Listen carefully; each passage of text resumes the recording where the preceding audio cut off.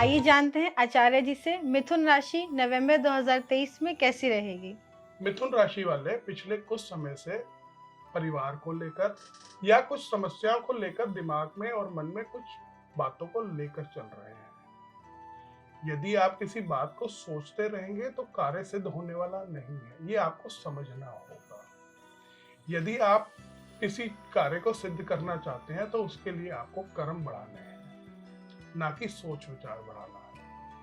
आप में जो भी परेशानियां चल रही हैं, आप अपने परिवार के साथ बैठकर उसको सुलझाने का समय इस माह के 17 तारीख से लेकर 30 तारीख तक उत्तम रहेगा। आप अपने परिवार की जो समस्या चल रही है उसको बैठकर सुलझा सकते हैं और 1 से 16 तक का जो समय है, कार्य की ओर अपना मन आप अग्रसर कीजिए और अपने कार्य में ध्यान लगाइए, तभी ये महीना आपके लिए उत्तम होगा।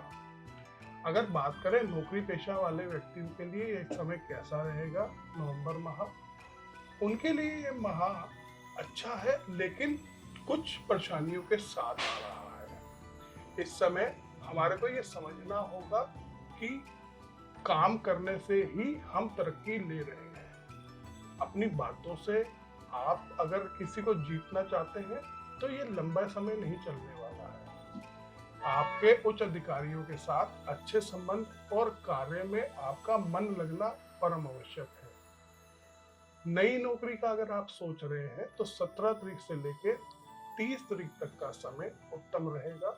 आपको नई जॉब्स के या नए कार्य के योग खुल रहे हैं, तो आप उस समय का इंतजार कीजिए और अपने कार्य को सफलतापूर्वक चलाते रहें। अगर बात करें कि व्यापारिक पक्ष के लिए यह समय कैसा रहेगा, यदि आप नया कार्य शुरू करना चाहते हैं तो 17 तारीख से के बाद शुरू करें, जब बुध और मंगल वृश्चिक राशि में होंगे, जो आपके छठे भाव में है। कंपटीशन में जब आप नया कोई प्रोडक्ट लॉन्च करते हैं तो आप तरक्की करेंगे, क्योंकि बुध यहाँ पर कारक माना जाता है, क्योंकि जो काल पुरुष की राशि है उसका छठे भाव का स्वामी बुध है और मंगल यहाँ पर विन विन सिचुएशन देता है किसी भी कार्य को प्रगति के लिए। व्यापारियों के लिए यह समय उत्तम रहेगा कि नया प्रोडक्ट आप 16 तारीख के बाद लॉन्च करें, या कोई नया कार्य शुरू करना चाहते हैं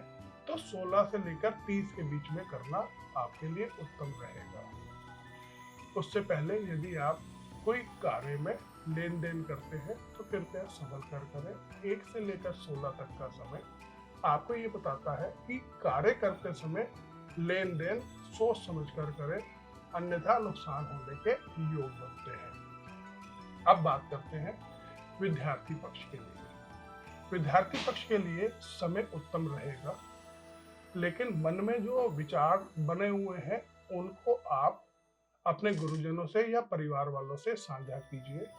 जो परेशानियां आ रही हैं उसका निवारण ढूंढने से ही आप विद्या में नए आयाम पर पहुंच सकते हैं।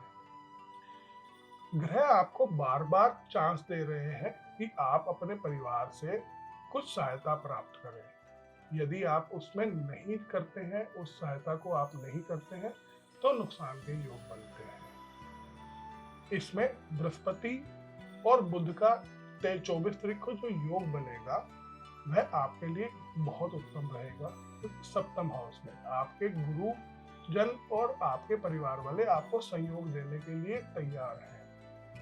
आप उनका सहयोग प्राप्त करें और विद्या के नए आयाम प्राप्त कर सकते हैं। अब बात करते हैं कि मिथुन राशि वाले जातकों के लिए नवंबर माह ओवरऑल कैसा रहेगा। ये माह थोड़ा संघर्ष भरा हो सकता है, लेकिन अंत आते हुए कुछ लाभ के संकेत भी दे रहा है। शारीरिक दृष्टि से अगर बात करें तो इस समय कुछ परेशानियों का सामना करना पड़ सकता है। जैसे जो जातक बीमार चल रहे हैं उनको स्किन से रिलेटेड या ब्लड प्रेशर या शुगर के बढ़ने के चांस बढ़ते हैं, और जो जातक कुछ समय से हेल्थ को लेकर नजरअंदाजी कर रहे हैं उनको भी ग्रह ये हिदायत देते हैं कि आप अपने स्वास्थ्य का ध्यान रखें, नहीं तो ये महीना आपके स्वास्थ्य रिलेटेड कोई प्रॉब्लम खड़ी कर सकता है। तो अच्छा रहेगा कि आप किसी डॉक्टर से कंसल्ट करें और जो परेशानी है उसका निवारण हो जाए, तो ये ज़्यादा। आचार्य जी, दिवाली का माहौल चल रहा है, मिथुन राशि वालों के लिए लक्ष्मी प्राप्ति के लिए क्या करना चाहिए? बहुत अच्छा आपने पूछा। मिथुन राशि वालों के लिए कमलगट्टा, हल्दी या चंदन से लक्ष्मी पूजन करने से लक्ष्मी की प्राप्ति होगी, जी। क्योंकि ये समय लक्ष्मी प्राप्ति के लिए सबसे उत्तम समय है। और दिवाली तो है ही लक्ष्मी प्राप्ति के लिए, तो कमलगट्टा, हल्दी या चंदन से लक्ष्मी जी की पूजा करने से लाभ होगा। नमस्कार। नमस्कार।